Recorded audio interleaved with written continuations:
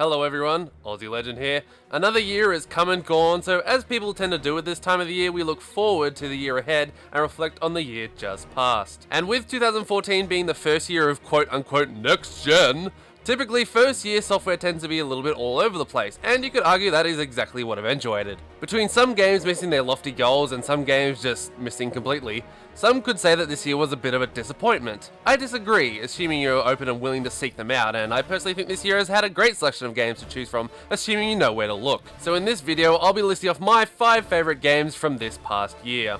I hope you enjoy. Okay, I lied. I'm going to talk a little bit first before moving straight on to my number 5 because I feel I need to outline a bit of the reasoning and framework of my thinking first. Okay, so when I was in my internal deliberation stage of constructing this list and thinking back over the whole of 2014, I had to consider a couple of different aspects. Typically, story weighs higher than gameplay mechanics for me, so which games captivated my imagination and which were so compelling that I could just not put them down and I just had no choice just to unabashedly binge play. I also examined which games were doing new and interesting things in the space, what were bringing new elements or systems to the paradigm that may elevate game experiences to a level that we could just never achieve in the past gen. And finally, and most relevant to the game I'm about to talk about, as if we were to travel 5 years into the future and look back at what the definitive experiences of 2014 were, what would they look like? And the game that, in my opinion, people will look back on with universal praise, and this might be a bit of a controversial pick, I don't know, is PT. Yes, I'm putting PT on my list. Why? Because of the brilliance of what it represents and the brilliance of its execution. PT, for those of you who don't know, is a mysterious demo that popped up on the PlayStation Network during Gamescom 2014. I remember distinctly watching the Sony press conference and immediately going to the marketplace to give it a download as soon as the conference was done, assuming, you know, PSN didn't spontaneously combust like it has a habit of doing.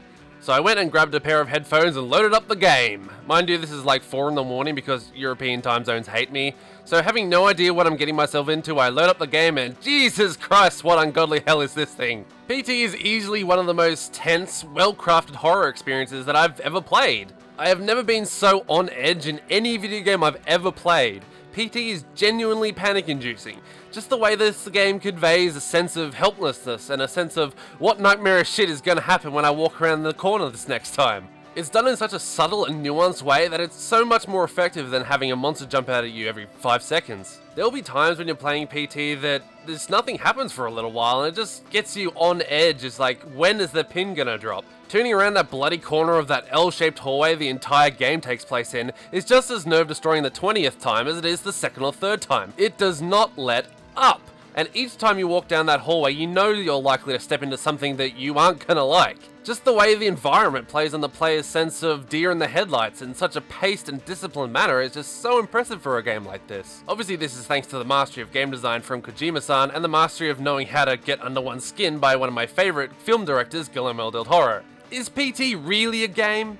Who cares? It's easily one of the most effective, fear-building, dread-inducing experiences I've ever had in my life. And when I look back at 2014, one of the initial things that will pop into my head, other than the bullshit game is great crap that I've been trying to repress for months and months now, is just how effective PT was at scaring the pants off me and just how innovative it was at both a marketing tool and as a standalone experience in general. When I think about Game of the Year candidates, I think to myself, how would I improve this if I was making it and actually had tangible game developing talent, which I totally don't have in real life?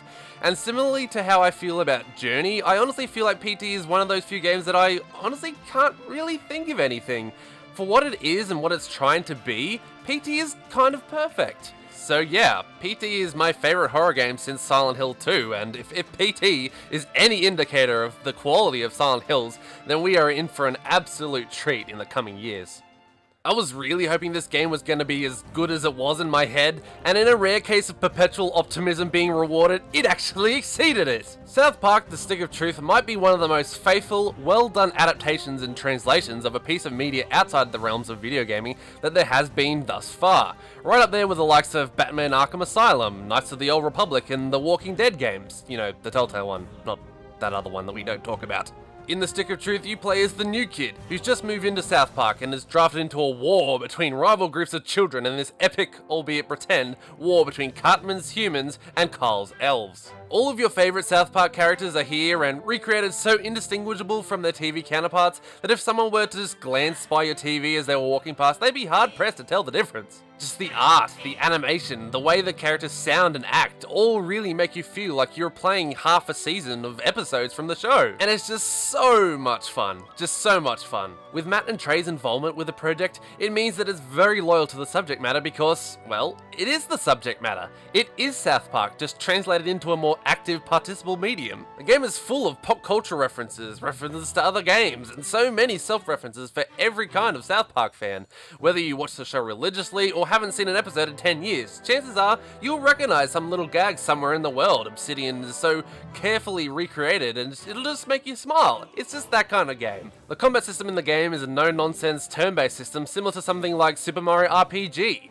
But what it lacks in challenge, it makes up for in hilarious skills that are unique and tailored to each of your party members. And by God, just the sheer absurdity of some of the combat scenarios just, well, they certainly do not hold back, let's just say that. Day 2 boss, I'm looking right at you. I mean, I've always been a big Paper Mario fan, and this is the best Paper Mario game that I've played since the Thousand Year Door. I mean, Nintendo just really need to get back and make a proper Paper Mario RPG, but I digress. The game is just so enjoyable. This is the only game this year that I so desperately wanted to keep going, even as the credits started to roll. Heck, it's the only game this year that I would have bent over for some DLC. But even still, with the sheer amount of dialogue and character interaction in this game, chances are you'll spend hours and hours just wandering around the town before you even start the proper main side quest, just going into every house, talking to every character, just to see what stupid loot you can find, a silly quip a character might say. That is the sign of a good RPG. And South Park: The Stick of Truth is just that. Sorry. Oh man, did this one come out of nowhere. Having not played the Wolfenstein reboot back in 2009, I had little to no expectation coming to the release of Wolfenstein: The New Order. Thankfully, that all changed as soon as I started up the game, because outside of the fact that the last and the first level are a little bit daft, Wolfenstein: The New Order is one of the most well-paced, well-designed first-person shooters I've ever played. It's able to ride the line between the absurdity of Wolfenstein's yore, you know, being able to carry ridiculous amounts of weapons and being able to dual-wield rocket launchers like they're a bunch of pea shooters, and to be surprisingly grounded and heartfelt, which I sure as hell wasn't expecting coming in. This all comes down to the game's pacing and its character development, which in my opinion, whilst the shooting is damn fun in a satisfyingly visceral, I'm gonna shoot a bunch of Nazis in the face kind of way, are its biggest strengths. Between your regiment at the start of the game and the alliance you become a part of for the majority of the game, the whole cast is shockingly well fleshed out and sympathizable. I know this is a game made from the remnants of Starbreeze, who made games like the original Darkness, which I also love for similar reasons, but seriously, some of the best storytelling of the year is inside this game. A Wolfenstein game. If you would have told me at the beginning of the year that I would have teed up at a Wolfenstein game, I probably would have bet my left nut you'd be wrong, but I'm thankful I did not take that theoretical bet now. Heck, they even managed to make old Blowjob Blazkowicz over here into a sympathizable and likable protagonist, and pretty much pioneered the trope to begin with. Also worthy of note, a lot of great female characters, but all in all, it's a very well-rounded and diverse cast that's instantly memorable. From a Wolfenstein game. Even on the other side of the pond, the villains, they also run the gamut from menacing to downright monstrosities. Whether it's having a 10th dinner party or wanting to rip Deathshad's goddamn head off every time you meet him in the game, it just nails characters in a way that such few shooters do. It's right up there with the likes of Bioshock in that regard, in my opinion.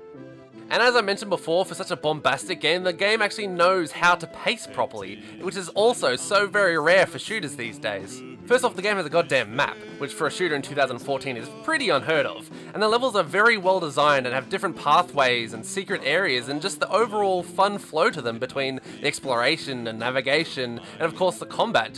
It makes going through each level very enjoyable, even if it's on a repeat play. I really can't praise the game enough.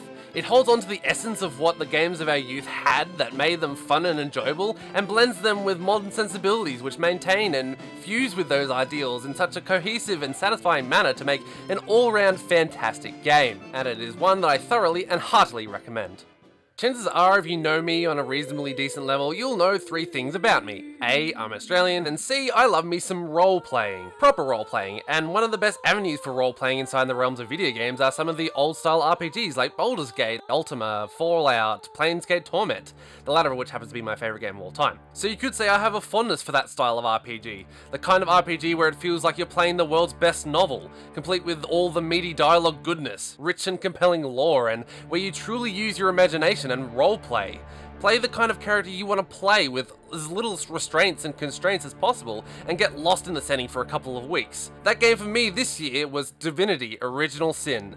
Welcome to Timesync, the video game. DOS, as I like to call it, is a modern take on the classic CRPG formula that simultaneously captures the magic of what made those old school RPGs such compelling experiences for me as a kid, while still bringing its own personality and a level of sophistication and refinement that only game design in 2014 can afford. One of the standout characteristics of the game that you'll notice right off the bat is that you control two heroes instead of one. Now you can either play in co-op with a friend, or you can roleplay both characters simultaneously as a single player, which can lead to some very interesting and sometimes rather hilarious role-playing scenarios. And I'm not just talking theoretically here, there are actual mechanics built into the game that support this. There are actual debating mechanics built into the conversation system, and whilst these are really awesome when you and a friend are trying to argue over a certain decision that needs to be made, one that may affect a bunch of quest lines in a town or that may alter the outcome of a specific task, it's arguably even more interesting to essentially argue with yourself. For instance, my female character was an orphan from a very young age, so she grew up with a hard while timid exterior where she would act very submissive at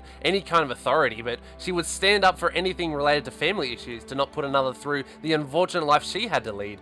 Where my male character was a son of a lord in a wealthy port city who left to search for treasure and adventure, not realizing the hardships and endurance that he's gonna go through. So he would rather talk his way out of a battle than get his hands dirty, and it just didn't have a moral compass at all, or worldliness, or anything like that. There are so many times I can remember where these sorts of ideals clashed and having to juggle this tricky duality, and not only does the game give me a platform to play these out and actually encourage me to do so, but it gives me a platform and the context within the narrative. It's just so cool. It's really, really cool. The world is vast, beautiful, and filled with content that you actually want to explore and seek out. There are so many side quests, just a ridiculous amount of quests, all with Larian's typical mix of silly and serious, and many of the quests actually have diverging paths in them, like proper meaningfully divergent paths. The game is all about freedom of expression. You play the way you want to play. You want to kill the whole town and lock yourself out of multiple quests? Go right ahead. You want to essentially break a quest by completing it in a manner you're not supposed to? That's encouraged. DOS is not the kind of game where it'll hold your hand, at all. There are no big exclamation points on your map in the exact spot where you're supposed to go to progress or anything like that. It's all based around the knowledge that your characters have gained up to that point. Heck, your journal is an actual journal. It tries very hard, and in my opinion succeeds, in keeping everything very much in setting, in character, and keeps any possible breaks in the connection between you and your characters to an absolute minimum. The combat is a classic turn-based affair with a range of interesting skills based on player class and player choices you progress through the game, which allow for radically different setups and builds to be created to complement the nature, style, and personality of your characters. There's also a neat magic system where you can play around with effects and elements on the environment, like electric shocking damp objects and puddles of water to settling alight flammable objects.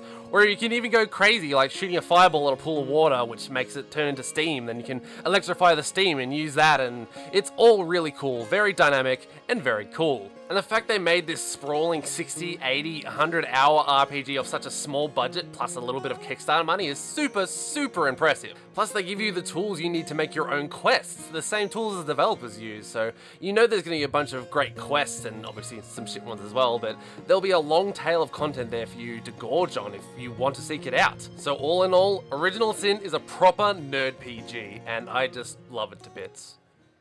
Before I get to my favourite game of the year, I have a bit of housekeeping to go over first because I couldn't not mention a couple of my honourable mentions. Firstly, due to a self-imposed stipulation, a couple of games are ineligible to be on my list, which very well could have taken my 5th spot. I don't think my top 4 would have ever changed because they're such good games, but my 5th spot's been a bit of an open race for most of the year. So those two games were the Banner Saga and Valiant Hearts The Great War, because I just haven't beat either of them yet. The reasoning behind that is I wanted to wait for the Banner Saga to hit other systems, specifically the Vita, and with Valiant Hearts, Valiant Hearts I really don't have much of an excuse for. I have it on PC, so maybe it was my subconscious trying to disown the fact I bought a game on Uplay for some reason, I'm not sure. But I played the first hour and really loved it, but I just never got back around to it for whatever reason. I'm sure you've had a game which you really enjoyed and you just never got back to for whatever reason, really. The Banner Saga is a combination of Fire Emblem, Final Fantasy Tactics, Vikings, and Norse mythology, and it's just damn awesome. And Valiant Hearts is this touching First World War game played from multiple perspectives, and has a dog in it. That probably dies, I don't actually know. I mean, if I had beaten either of these two games, I suspect one of them may have made it onto my list, but unfortunately due to my stipulation, I thought I'd just mention them here. But you're not here to listen to me talk about games that I haven't played, you're here to listen to me about the ones that I have, so without further ado, let's move on to number 1, which is definitely a little bit out of left field, so don't immediately turn off the video and stick around to see what I have to say.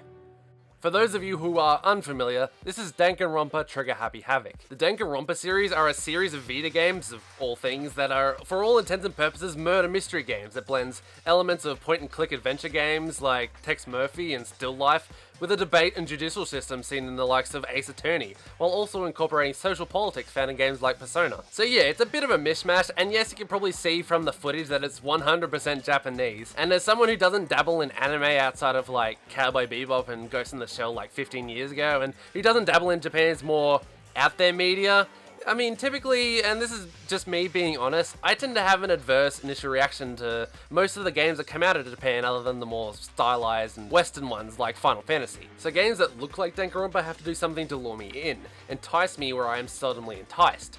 And for me, that was the story it was trying to tell. And I'll explain why I think it maintains the creativity of the Japanese gaming scene, but puts it through the lens of something that's more easily palatable to us on a more international scale. So considering you're this far into the video, chances are you don't hate me, so if you wouldn't mind, I'm just going to take a quick tangent and explain a little bit of my reasoning why. As a proponent of good human drama, I'm a big fan of media set in the post-apocalypse, due to how character-focused they tend to be, which I always find more compelling and more memorable than overarching narratives. Typically there is an overall plot or goal. In the case of The Walking Dead, it can change from issue to issue, but the importance is not placed solely on the story. The story is just there to create scenarios which facilitate and gives a platform for the human drama to take place. So it's really interesting and compelling characters I'm after, more so than overarching arcs. It's why The Walking Dead Season 1 gets away with not having much plot outside of don't get killed by zombies for half the season, and why games like The Last of Us get free passes on certain narrative elements because the characters are just that compelling. Same for stuff like Red Dead Redemption, and even stuff like Mass Effect 2, which in my opinion has the weakest of the trilogy's narrative arcs, but has the most compelling character interactions. Not every piece of media has compelling characters and a compelling plot, and honestly, it really only needs one of the two as long as the other one is complementing and/or enhancing the other. There are a few games that pull it off. The Witcher 2 is a recent one for me, which in my opinion does both very well, and I'm happy to report that Danganronpa also falls into this category. So I mentioned before that it was a mixture of genres, so let me break that down a little bit further by explaining the premise and the structure. So the game takes place in Japan, obviously, but the game is primarily set in a place called Hope's Peak Academy. Hope's Peak Academy is a government-sanctioned, exclusive, invite-only school that breeds students who, among the general public perception, are viewed as the future hope of the nation due to their exceptional qualities and capabilities. It is such a privilege to be invited to the academy that only the absolute top students, the best students at the top of their given disciplines, the students that demonstrate absolute mastery and expertise in their given fields, are ever invited. Becoming a student at the academy is the envy of everyone, as acceptance basically sets you up for life. Thanks to the prestigious name of the establishment, you are basically guaranteed great success and wealth for the rest of your life. And the academy isn't just a traditional learning facility like the other schools, it also monitors and conducts research on the traits and abilities shown by the ultimate students, as they are referred to in the game, as to gain further knowledge into how to improve both the educational system across the whole of Japan, as well as what makes the students so exceptional in their own right, so they can try and breed more exceptional workers and entertainers in the future, which is why the government is obviously involved. You play a fairly mundane, average Joe who is out of the blue invited to attend Hope's Peak Academy, even though you seemingly have no outstanding attributes or abilities. On arrival, you meet your fellow intakes, but whilst walking to orientation, you suddenly collapse and black out. On regaining consciousness, you notice that all the doors have been barred, all the windows have been bolted shut, and the elevators and pathways to other areas of the schools have been shut off. You reconvene with the other students who have similarly woken up dazed and confused, and come to the realization that you can't escape. It is at this point you are greeted by a strange creature called Monokuma, a bear-like thing who has taken control of the school's headmaster and is now for all intents and purposes and capturing for the rest of eternity. But there's a catch. You are given an ultimatum of living your school life out like normal, and while you'll be safe inside the facility, given everything you'll ever need to live a happy and prosperous life, you'll never be able to leave, never be able to see your family again, never be able to have any contact with the outside world for the rest of your life. The alternative, however, Monokuma will allow one student to graduate and leave the school and return to the outside world if he or she murders a fellow student, and gets away with it. This is called becoming blackened. After every student is murdered, a trial will be held where the students must use evidence found from the crime scenes, as well as their own deduction and intuition to correctly identify the blackened, or everyone except the murderer is executed, while the blackened is allowed to re-enter society. If they are successful in determining the killer's identity, however, it is the murderer who was executed in rather extravagant fashion, and the other students are free to go back to their daily lives until another student is killed. So that is where the two sets of playstyles come in. There are the sections between murders, where you go about daily activities, spend time with classmates to build up rapport, learn about their character, their motivations, their hopes and dreams and aspirations, all to become really attached to them right before they're brutally killed right in front of your face, sending you into a deep depression because Danganronpa gives no fucks. The other side of the coin is the murders themselves and the hearing that's after. Sifting through the school for clues and interrogating other students, as well as the trials themselves, which play a big role and are fascinating and compelling and will take turns which you won't see coming. Once you get past the overly anime-y exterior, the characters in this game are actually really compelling, and they all have this kind of beautiful tragedy about how they got to where they are today. It's actually something I like about a lot of Keiji Inafune's work. He can write these wacky and zany things and stuff like Dead Rising and Soul Sacrifice, but there is always an element of tragedy to each of his characters which I really admire, that gives them an edge and a sympathizable quality that a lot of writing misses. Thankfully, each character here is compelling in their own way, and you'll grow attached to each and every single one of them over the course of them being alive, however long that may be. They mostly start out very caricature-y, but they cleverly play on which characters are killed off early in the game and which ones are given more time to develop their self-identities. By the end of the game, you'll likely feel something for every character. Even the characters that end up becoming blackened, even after they've been found guilty of murder, they typically have an element of sympathy because of their motivation out of a weakness in their character, or something which we all have, just a human fault. Obviously, I don't want to go into specifics, but this game has some of the most poignant human moments that I've seen in a video game in a long time. And going back to my love of the post-apocalypse, it's all about the setting, putting characters in a situation where people's real, raw characters show. And it's not always self-motivation that leads them to murder either. He'll introduce temptations to try and break people down and force them to act irrationally out of pure emotional turmoil. The game's brutal. Just brutal. But again, it all has this kind of tragic beauty about seeing characters stripped of all their dignity, their willpower, and in many cases their morality, and seeing what horror ensues. There are a couple of times during the game that I physically dropped my Vita after having found a particular character I had built a relationship with, found cut up on the floor, or uncovered some kind of revelation which altered my perspective on a particular character or the overall narrative itself. There is typically a pin drop moment, where all of a sudden you go from, man, this is one of the best games I've played this year, to this is the one.